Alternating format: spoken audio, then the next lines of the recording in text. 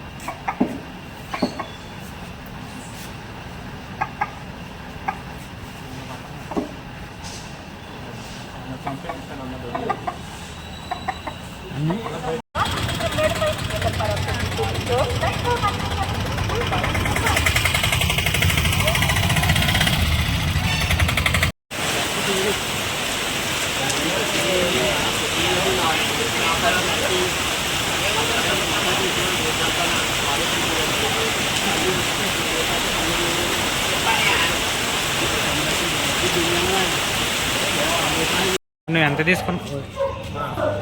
ఎంత తీసుకున్నావు అనేది బాగుందన్న క్వాలిటీ ట్రాన్స్పోర్ట్ అది బాగుందన్న నువ్వు సాటిస్ఫై అన్నా థ్యాంక్స్ అన్న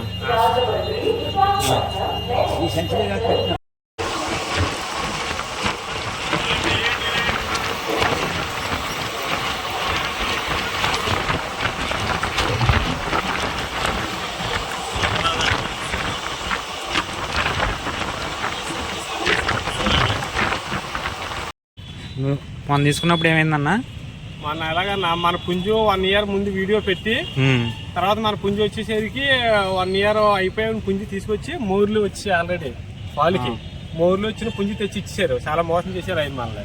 ఎవరు అతనన్నా ఏదో ఊరు భీమడోలు దగ్గర భీమడోలు ఆయన చాలా మోసం చేశాడు మనల్ని. ఎంత తీసుకున్నావు అన్నయ్యి అప్పుడు మనకి దగ్గరికి ఆయనకి చేపలు మొత్తం ఇచ్చేసి 20 అయిందన్న. చేపలు మన 4,000 రూపాయల చేపలు ఫ్రీగా ఇచ్చాం. అంటే పుంజు మనం తక్కువగా ఇస్తాను 4,000 చేపలు ఫ్రీగా ఇచ్చిన విశ్వాసం కూడా లేదు. అయినా కానీ మోసం చేసాడు బాగా మోసం చేసాడు. ఏమైందన్న పుంజుకి? ఆ పుంజుకి మోర్లు వచ్చి అన్న అసలు పెట్ట పాలు తేలి చడిలేకపోతుంది. పెట్టల మీద అసలు తొక్కగంటుంది. అలాంటి మోసం చేశాడు మనం. సరే అండి అదే ఇంకెవరో మోసపోకూడదు ఉండాలని అంటే కొత్తగా వచ్చేవాళ్ళు గప్పున చూసి అట్రాక్ట్ అయిపోతున్నారు. దానివల్ల వీడియో చూపించారు బాగుంది తీసుకొని అమ్మని కూడా అయితే తిరమోసారి మోసాలకి దిగజారిపోతున్నారు. అవునన్న ఎందుకని 20,000 30,000 కోసం మోసాలు. అవును మన జీతాధికారులు బతికేస్తాం. అవునన్న అవతల కస్టమర్ ఎంత బాధపడతాడా అనేసి మనం ఆలోచించాలి. కేవలం నీకోసమేనన్న కానీ నేను నలిగిపోద్దని నీకోసం తీసుకొచ్చాను. మామూలుగా నేను డెలివరీ చేసేసేవాడిని. మీరు అన్నారు కదా నలిగిపోద్ది తీగా తీసుకొద్దామని వేసామన్నా. చాలా థ్యాంక్స్ అన్న అలా తీసుకొచ్చి ఇచ్చినందుకు మనకి చాలా ఫ్రీగా రేటుకి ఇచ్చినందుకు కూడా చాలా థ్యాంక్స్. మన దగ్గర ఇంకా పిల్లలు కావాలన్నా పెట్టలు కావాలన్నా ఏ కావాలన్నా ఉన్నాయి. నేను ఫోన్ చేస్తాను అన్న ఇవాళ కాంటాక్ట్ అయితే. సరే సరే మీరు మన చేపలు పంపితే అన్న నేను వాట్సాప్ గ్రూప్ లో యాడ్ చేస్తాను. యాడ్ చేయను మేము ఊరికే వదలండి చేపలు. సరే సరే విశ్వాసం. ఓకే థ్యాంక్స్ అన్న. బాయ్. సరే